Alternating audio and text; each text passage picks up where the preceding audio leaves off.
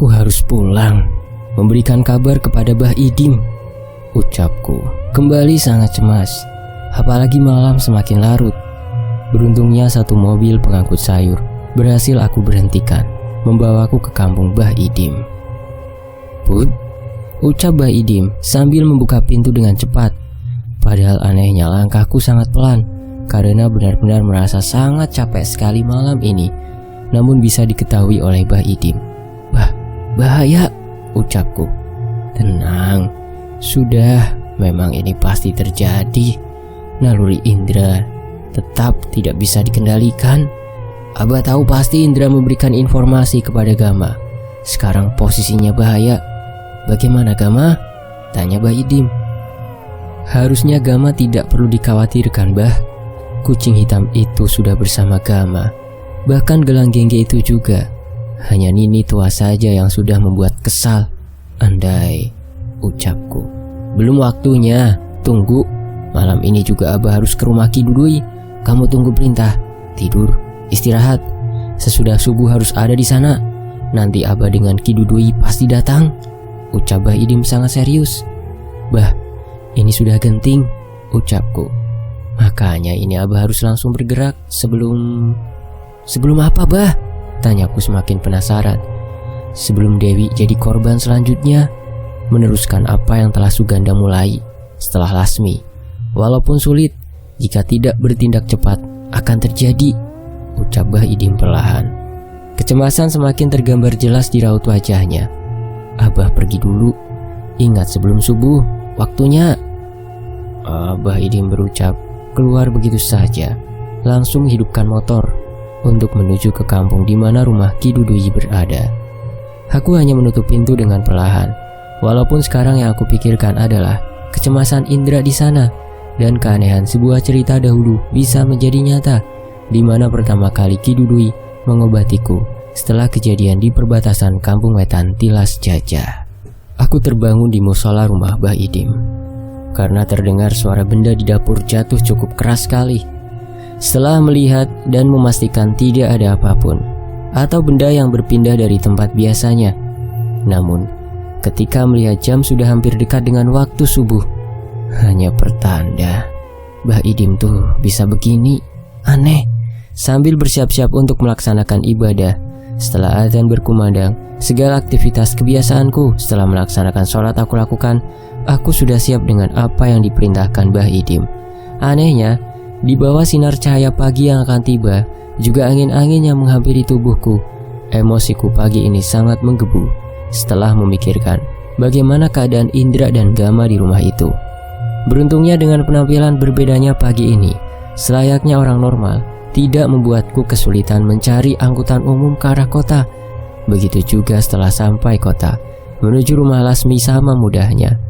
Hingga mentari pagi benar-benar keluar, aku sudah berada tepat di seberang rumah Lasmi. Indra, ucapku sambil menarik nafas dan menghembuskannya.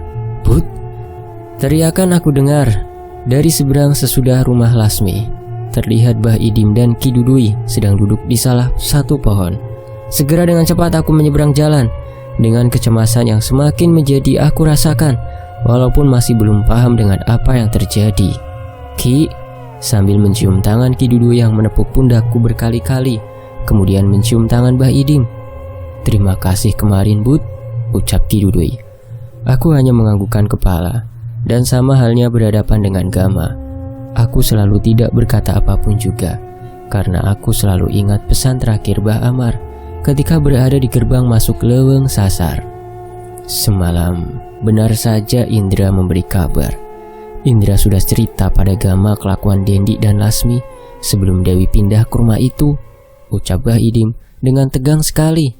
Dim, pelan-pelan saja, sahut Ki Dudui. Baik Ki, jawab Bah Idim. Lalu Bah, tanyaku. Sekarang Indra dalam bahaya, Bud.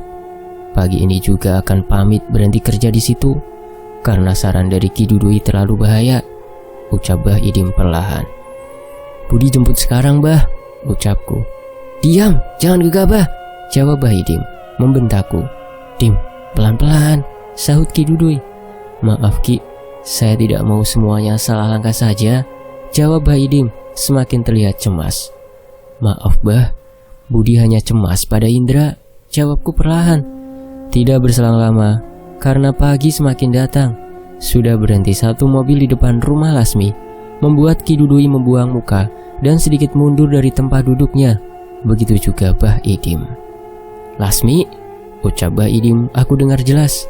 Bah, ucapku semakin tidak tenang. Terlihat Lasmi turun dari mobil dan berjalan masuk dengan senyum yang memiliki banyak arti untuk aku. Mana Indra? Dim, mana Indra ini belum keluar rumah? Bentak Ki Dudui yang membuatku kaget. Apalagi ini baru pertama aku mendengar suara Ki Dudui sangat tegas dan panik. Tidak tahu bah, harusnya sudah keluar dari tadi, jawab Bah Idim semakin cemas. Badanku terasa panas, apalagi kecemasanku semakin menjadi. Biar Budi yang bereskan bah, mohon berikan izin. Mohon, sekalipun taruhannya nyawa Budi siap bah, ucapku sambil meneteskan air mata. Tidak, sudah diam, jawab Bah Idim semakin cemas. Budi, tunggu. Setelah ini sekalipun nyawa yang akan kamu berikan, pasti saya izinkan. Tapi tidak sekarang ya, ucap Ki Dudui sambil menepuk pundakku. Seketika emosiku dan rasa cemasku berkurang begitu saja. Dari kejauhan, Indra keluar dengan memegang bagian perutnya. Tas besar sudah dibawa di belakang pundaknya. Perlahan berjalan dengan sangat pelan. Sini, ucap Bah Idim pelan. Apalagi melihat anaknya Indra seperti itu, membuatku semakin cemas. Bahkan semakin mendekat, tangannya tidak pernah lepas dari bagian perut sampingnya. Bah, ucap Indra sambil meneteskan air matanya. Indra, kenapa? Tanyaku. Ini Bud, ucap Indra sambil air matanya semakin keluar, melepaskan tangan dari bajunya yang sudah berwarna hitam, padahal baju yang Indra kenakan berwarna biru. Bah Idim dan Ki Dudui perlahan mengangkat baju Indra. Bekas sayatan cukup dalam. Dari benda tajam sudah berbekas, bahkan masih mengeluarkan darah segar. Siapa Indra yang melakukannya? Ucapku sambil bergetar, tidak tega melihat keadaan Indra pagi ini. Dendi Bud, ucap Indra sambil memejamkan mata, menahan rasa sakitnya. Aku sayat balik bagian lehernya. Sekarang, bentak aku sangat keras. Budi, bentak Bah Idim. Jalu, lihat saya. Jangan sekarang, belum saatnya. Di rumahnya anak saya Umi Esi butuh bantuan kamu. Setelah kamu bisa kembali membawa Gama pulang dari Bukit Sasar, Dendi, Lasmi, Suganda, bahkan semua makhluk yang berada di Leweng Sasar. Iya, Leweng Sasar Bah Amar menyebutnya. Sekalipun ingin kamu lenyapkan, akan saya izinkan. Tapi setelah ini Jalu, ucap Ki Dudui. Aku langsung terdiam. Namun rasa sakit yang Indra rasakan sama aku rasakan juga. Apa Budi akan kembali Ki ke sana? Ucapku perlahan. Iya, akan. Bersama Gama. Setelah itu silahkan, kamu bisa bebas untuk berbalas budi sesuka kamu. Harimau yang selalu di kandang akan beda ketika sudah berada di dalam hutan. Mau bagaimanapun, kau tetap juru kunci terakhir Leweng itu. Lakukan apa yang menjadi dendam meninggalnya kedua orang tua kamu, ucap Ki Dudui, menepuk pundak cukup keras. Aku langsung terdiam. Bah Idim, Indra, sama halnya denganku, sangat kaget dengan ucapan Ki Dudui pagi. Balas budi sekarang waktunya Jalu, ucap Bah Idim. Akan Budi balaskan semuanya Bah, termasuk kepada Suganda sekalipun. Benar Ki, saya keturunan terakhir juru kunci itu, jawabku perlahan, seperti ada tenaga lebih besar. Setelah bertahun-tahun aku menunggu, selama itu juga semua yang telah berhasil aku kubur dalam, perlahan hari ini kembali bangkit. Bah Idim dengan cepat membuka tas yang digendong Indra, mengambil salah satu baju dengan sangat tergesa-gesa. Robek ini, ucap Bah Idim semakin panik. Tidak lama langsung aku gigit baju Indra yang diberikan Bah Idim. Seketika itu juga kain itu tersobek memanjang. Tahan Yandra, tidak akan sakit. Setidaknya untuk sampai ke rumah. Darah yang keluar tidak terlalu banyak, akan hanya membuat kamu sedikit lemas dan pusing saja, ucapku sambil melilitkan sobekan baju ke badan Indra. Ketika tepat di bagian lukanya, aku sedikit curiga, bukan sembarangan luka ini. Sementara Bah Idim hanya menahan baju yang Indra kenakan pagi ini untuk mempermudah proses yang aku kerjakan di badan Indra. Nanti di rumah bersihkan luka Indra Put, ucap Ki Dudui. Tiba-tiba suaranya menjadi serak dan berat. Aku hanya mengangguk saja, walaupun merasa heran. Apalagi matanya Ki Dudui sudah sangat merah, berubah seketika. Pergi ke rumah Esi sekarang, saya duluan, ucap Ki Dudui sambil berjalan dengan cepat. Nafasnya sudah terdengar tidak tenang. Gama dalam bahaya, mungkin benar. Membuka pintu dapur itu, ucap Bah Idim. Dari semalam Indra sudah percaya bah, Ki Langsa bukan hanya ada dalam cerita saja, saut Indra dengan suara setengahnya menahan rasa sakit. Ayo, ucapku sambil menaiki motor Bah Idim. Indra berada di tengah, sementara Bah Idim di belakang Indra dengan menggendong tas. Badannya terasa sangat panas, terkena serangan sosok hitam yang dari semalam mengikuti Dendi, membuat nama Dendi akan terus aku ingat dengan apa yang sudah diperbuatnya kepada Indra, termasuk sosok hitam besar itu. Andai semalam Bah Idim memberikan izin akan aku siksa makhluk itu, mau bagaimanapun sakit hatiku terasa sekali, ikut merasakan adik tiriku menahan rasa perih di perutnya. Lihat, ucap Bah Idim ketika motor sudah berada di ujung pagar rumah Lasmi, tepat sekali di mana kemarin sore aku mengintai. Pohon itu bergetar bah, saut Indra. Semoga tidak telat, ucap Bah Idim. Apa benar yang Ki Dudui katakan bah? Budi harus kembali ke sana, ucapku sambil mengontrol laju motor tidak terlalu kencang karena aku bisa memperhitungkan darah di perut Indra. Kidiman, kakek kamu Bud, orang yang paling banyak menerima jasa kebaikan Ki Langsa di kampung Wetan Tilas Jajah. Bah Amar, bapak kamu yang paling banyak menerima semua ilmu-ilmunya, sama dengan Abah. Saatnya kamu benar-benar balas budi Bud, ucap Bah Idim sambil menepuk pundakku.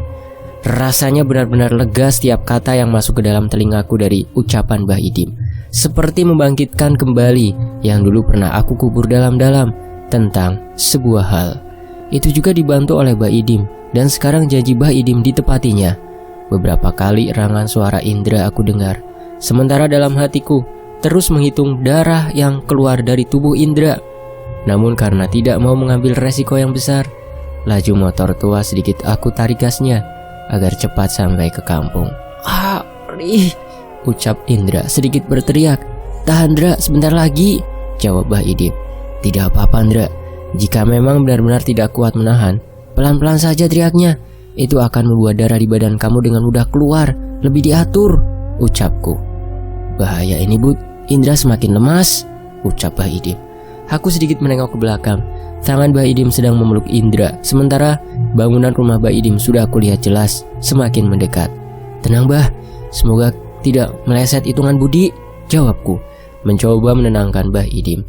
Sementara aku sudah tahu apa yang harus dilakukan ketika Indra akan turun dari motor. Pasti langsung pingsan dan tidak sadarkan diri. Ketika dua ban motor melewati pagar rumah masuk ke halaman, terasa badan Indra di badanku semakin melemas.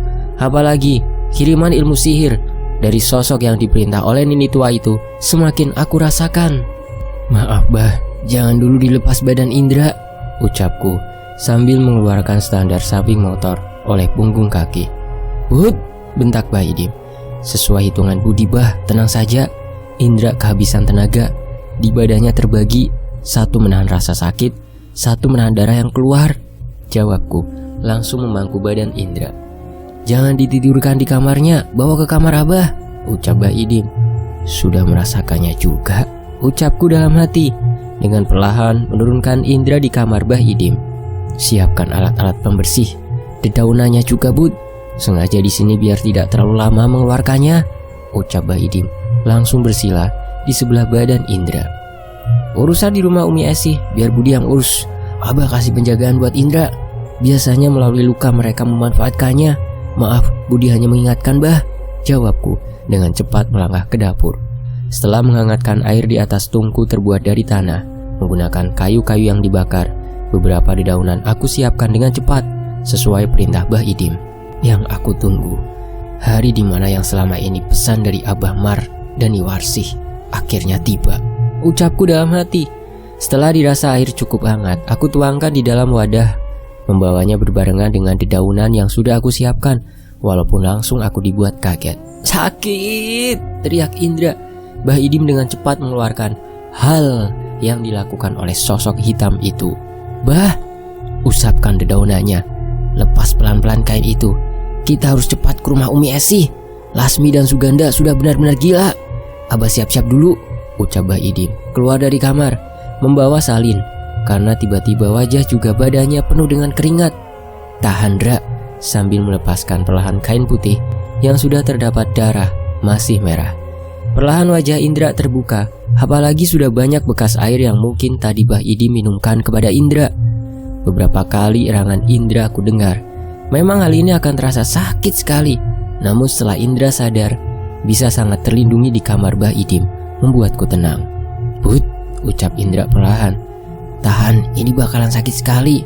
Tenang saja, biarkan khasiat daun ini menutup luka. Jangan dilawan, ucapku. Dalam gudang itu pernah dilakukan sebuah ritual, Bud, ucap Indra. Abah sudah tahu, Indra. Maafkan, harus kamu yang jadi korban pertamanya. Jangan cemas. Indra istirahat di sini. Doakan Abah dan Budi ke rumah Umi Asi sekarang, sambil mengantarkan Budi kembali, ucap Bah Idim. Dengan wajah yang masih terlihat lemas, Indra di hadapan bapaknya Bah Idim dan aku kakak tirinya Budi menguatkan dirinya sendiri sekuat tenaga, menganggukkan kepalanya. Sekarang, Bud, bisa hilang nyawanya Umi Esi jika sampai sana, nak. Kita belum sampai ke sana, mumpung masih banyak waktu, ucap Bah Idim. Pagi dengan mataharinya yang mulai meninggi, aku dan Bah Idim dengan segala pertimbangan yang cukup matang meninggalkan Indra dalam keadaannya seperti itu. Namun rasanya aku harus tetap percaya penuh kepada Bah Idim sebagai bapaknya Indra, berani mengorbankan kecemasannya untuk kepentingan dari keturunan guru besarnya sekarang. Tidakkah kamu curiga, Bud, pada batu-batu di dekat pohon belakang rumah Lasmi? Tanya Bah Idim. Tiba-tiba aku sedang cukup cepat mengendarai motor agar sampai ke rumah Umi Esi yang baru aku ketahui barusan itu adalah ibunya Gama. Anak kecil, Bah? Tanyaku balik. Nana yang menjadi jalan beberapa kali menampakkan wujudnya kepada Gama yang akan membawa ke tanah berem. Batu-batu itu tanda bahwa Nana sudah dipersembahkan, jawab Bah Idim dekat sekali dengan telingaku. Padahal angin sedang kencang-kencangnya menghampiri aku siang ini. Harusnya tidak membuat sekujur badanku panas dengan hanya mendengar nama tanah merah itu. Akan aku antar Gama ke sana, Bah? Tanyaku. Tekadnya yang mungkin bisa membuatnya sampai, atau malah tekadnya itu yang membuatnya kembali nanti tinggalannya nama saja, ucap Bah Idim sambil beberapa menunjukkan arah jalan agar segera sampai ke rumah Umi Esi. Tetapi, Bah, pencipta lebih mas segalanya, Bud. Tahu untuk umatnya yang terbaik apa? Kilangsa hanya pelantara, pelajaran mendasar bukan? Ucap Bah Idim. Aku hanya menganggukkan kepala saja. Apalagi rumah yang hampir sama dengan Bah Idim sudah ditunjuk oleh jempol Bah Idim. Tugas kamu diam, paham kan? Seperti apa yang diinginkan oleh Bamar. Tapi diam kamu sekarang adalah diam sebagai juru kunci. Tidak akan lama lagi Ki Dudui dan Gama tiba setelah kita tiba terlebih dahulu. Harusnya kamu tahu apa yang di dalam akan kamu lakukan, Bud. Lakukan, ucap Bah Idim ketika motor berhenti di gerbang tua rumah ini. Bah Idim langsung mengucapkan salam berkali-kali. Tidak berselang lama keluarlah anak muda setelah menjawab salam Abah. Bah Idim hanya bicara, itu adiknya Gama yang kedua. Maaf, cari siapa? Saya Bah Idim, ini anak saya. Disuruh oleh Ki Dudui berkunjung ke sini, bersilaturahmi dengan Umi Esi, jawab Bah Idim. Lewat depan, benar-benar niat Lasmi, ucapku dalam hati. Merasakan hal lain di tempat duduk itu, seperti Lasmi sudah menjatuhkan sesuatu beberapa hari ke belakang dengan niatan antisipasi pada apa yang akan Gama lakukan. Malah kini menyuruh sosok-sosok itu mengancam ibunya Gama. Nandang, buka gerbangnya, itu Bah Idim, teriak seorang lelaki tua, hampir sama usianya dengan Bah Idim. Itu Wicaksana, Bud, bapaknya Gama, orang yang Abah kenal. Tenang saja, jangan langsung kelihatan seperti itu, ucap Bah Idim sambil menerima salam dari Nandang. Walaupun Nandang sama halnya dengan orang-orang yang baru berjumpa denganku, melihat ke arahku dengan tatapan heran, penuh dengan pertanyaan di pikirannya, namun tetap mencium tanganku. Bah Wicaksana berucap, sudah 2 hari ini, Bah, selama Gama pindah ke rumah itu, saya tetap mempunyai pikiran buruk akan rumah Lasmi. Walaupun itu mungkin kesalahan besar. Mana Umi Esinya? Jawab Bah Idim. Di kamar, Bah. Sudah tidak terbuka lagi matanya, ucap Wicaksana. Pantas, ucapku pelan. Seketika Wicaksana melihat ke arahku dengan tatapan heran, sama seperti Nandang sebelumnya. "Bawakan saja air, Wicak, saya perlu itu," sahut Bah Idim dengan cepat, menutupi kecurigaan Wicaksana kepadaku. "Bud," ucap Bah Idim dengan mengkerut kulit dahinya. "Maaf Bah," jawabku, sudah tidak sabar untuk melihat keadaan Umi Esi. Seketika aku ingat betul sikap Bah Idim dalam keadaan seperti ini, mengingatkanku pada Bah Amar ketika terakhir kali mengobati anak Pak Lurah di kampung Wetan Tilas Jajah. Nandang perlahan membuka pintu kamar Umi Esi. Kesalahannya, kamar benar-benar gelap, bahkan jendela dengan gordennya masih tertutup rapat. "Kenapa tidak dibuka saja, Nak, jendelanya?" ucap Bah Idim. "Umi kalau dibuka suka muntah darah langsung, Bah, kasihan," jawab Nandang. Bah Idim langsung mencolek lenganku. Aku paham sekali, apalagi sosok perempuan berambut panjang malah sedang menjilati wajah Umi Esi. Lidahnya terus-terusan bergerak dengan perlahan. Matanya melihat ke arahku, seketika mulutnya tersenyum. "Ini Bah," ucap Wicaksana tiba-tiba. "Tidak asing, semuanya dari kemarin sosok-sosok dari Lawang Sasar," ucapku dalam hati, memastikan dengan terus memperhatikan sosok perempuan hitam itu. "Akan pula sama denganku ke sana. Kenapa harus seperti itu?" ucapku dalam hati, sambil menahan diri agar sedikit mengetahui hal lain. "Mengganggu majikan." Seketika tertawa dengan keras sekali. Handai semua orang yang ada di kamar ini mendengar apa yang aku dengar, pasti akan menutup kedua telinga. Wajah Bah Idim seketika melihat ke arahku, sambil mengusapkan air yang sebelumnya sedikit ditumpahkan ke tangan Bah Idim. "Buka saja gordennya, Nak," ucap Bah Idim. "Nandang, tidak apa-apa, buka saja," ucap Wicaksana, walaupun sedikit ada kecemasan dari wajah dan gerak badannya yang aku lihat. Seketika cahaya siang ini masuk ke dalam kamar Umi Esi. Tiba-tiba muntah darah keluar dari mulut Umi Esi, membuatku cukup kaget. "Maaf, boleh ikut ke kamar mandi?" ucapku. Wicaksana hanya mengangguk saja, sambil tangannya menunjuk ke arah di mana kamar mandi berada. Nandang membersihkan langsung muntahan darah Umi Esi. Sedari tadi aku merasakan keanehan di halaman depan rumah. Kini benar saja apa yang aku cemaskan, karena dapur rumah ini banyak bagian yang kotor, lembab, dan gelap. Sosok hitam di kamar Umi Esi sebelumnya sudah berdiri di pojokan dapur yang menjadi pembatas dengan kamar Umi Esi. "Harusnya bangsa kalian tahu dari kemarin malam siapa aku," ucapku dengan terus membaca dan melakukan apa yang pernah Bah Amar ajarkan. "Harusnya kamu juga sadar. Jangankan kamu, kuncen gerbang lowong saja bisa kami binasakan, apalagi anaknya." Mereka akan membawa kisah masa lalu kepergian Bahmar dan Iwarsi. Mereka anggap kepergian itu karena mereka dan seluruh penghuni Lawang Sasar. Kendalikan hati kamu. Tipu daya yang selalu mereka andalkan adalah Gama. Beruntungnya Bah Idim sudah matang mengajarkan semuanya kepadaku beberapa tahun ke belakang, membuatku lebih bisa mengendalikan apa yang sudah diturunkan Bahmar. Benar kan, perempuan, anak, dan semuanya yang aku inginkan akan mati di tangan majikanku. Tanpa berlama-lama, aku gerakan lengan seperti mengarahkan angin ke arah sosok itu. Sedari tadi merasa bahwa alamnya lah yang paling kuat. Amar Adiwira!" teriak sosok itu sangat kencang, menyebut nama lengkap bapakku. Bahkan pintu depan rumah ini langsung tertutup dengan kencang sekali, disusul oleh suara muntahan Umi Esi sangat keras. "Bud!" ucap Bah Idim mendekat. Aku berusaha mengatur nafas, walaupun detak jantung yang semakin kencang, keringat kini mengalir di sekujur badanku. Di depan Lasmi sudah menjatuhkan sesuatu yang mengundang mereka tiba di sini, Bah. "Budi harus ke depan, Bah," ucapku. "Jangan, Bud, percaya sama Abah. Dilangkahi Gama dan Kidudui juga sebentar lagi itu akan hilang. Itu baru anak buahnya saja, Bud, yang sebenarnya sudah menanti di Lawang Sasar, Bud," ucap Bah Idim, menarik tanganku agar membantu mengeluarkan semua hal yang sudah dikirim Lasmi kepada Umi Esi. Tidak berselang lama, benar saja apa yang dikatakan Bah Idim terjadi. Teriakan-teriakan aku dengar jelas berbarengan dengan suara Gama dan Kidudui aku dengar. Namun aku harus dibuat kembali diam mematung. Setelah terasa sekali Gama membawa gelang gengge, Bah Idim hanya menganggukkan kepalanya kepadaku, dan aku benar-benar paham selanjutnya apa yang harus aku lakukan. Nak Gama selamanya tidak akan mempunyai keturunan, lepas atau masih dengan Dewi. Persetubuhan sah dan halal dengan Teh Dewi. Ada ikatan darah dengan keluarga Suganda. Lebih dari itu, Umi akan dijadikan tumbal. Karena siapa saja yang menghalangi kelancaran persekutuan itu, nyawa taruhannya Nak Gama. Lihat sendiri barusan Umi seperti apa.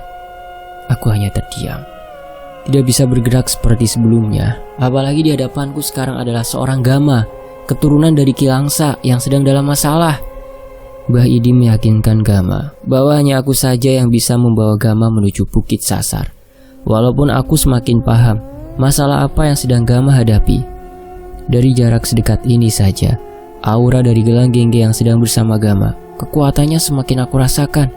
Anehnya, seorang Gama sudah seperti biasa saja membawa itu dalam sakunya, karena terlihat jelas olehku.